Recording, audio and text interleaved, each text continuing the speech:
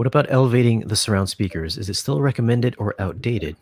I'm guessing should be at your Good level. question. That is in the book, and I didn't include it, but that's a good question. So that's one of the ways you can avoid the head occlusion is instead of going just a little bit in front or a little bit behind, just lift it up by a little bit, maybe a foot. In the old days, the surround speakers used to be, a couple of feet or more above the people's heads when they're sitting down and watching a movie. And that was to create some small amount of a sense of height where there really wasn't any. But now that we have actual immersive audio formats that do it for real, my advice would be to try to maximize the difference between things that are happening at ear level versus things that are happening up there. And that means pulling the surround speakers down a little bit, but having them a little bit above the row of heads is probably a good idea because of the head occlusion thing. Right. It also minimizes the problem of the poor guy whose ear is otherwise in a surround speaker. It's now a little bit above him, so it's not as obnoxious. Right. And back to what you were saying to that issue there, more side speakers is better. Oh yeah. Yeah.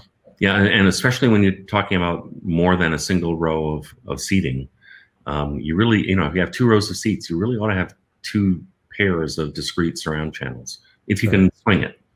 Right. First question, John, how do you grow such an epic beard? And second question, what's the optimal number of speakers in a medium-sized room? I started growing a long beard actually last fall, and then COVID hit, and I was like, well, I'll just let it go. Optimal number of speakers. The size of the room will dictate to a large degree how much subwoofer you need to have real impact. You got to move a lot more air in a big room. And of course, it'll also dictate the power handling and SPL capability of the rest of the speakers too. Big rooms are just more demanding in that regard. They're better in other regards because the standing wave issues are smaller. They still have standing waves, but they're at much lower frequencies, and so they're a little less obnoxious.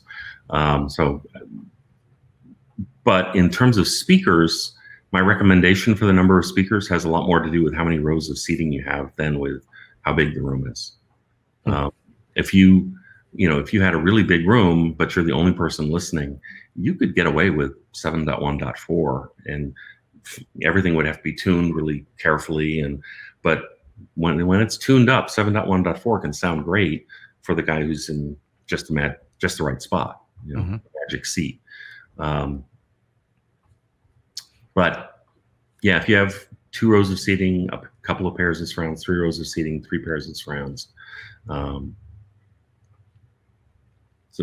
beyond that, you can go nuts. But most of the theaters we see have 2 or 3 rows of seats.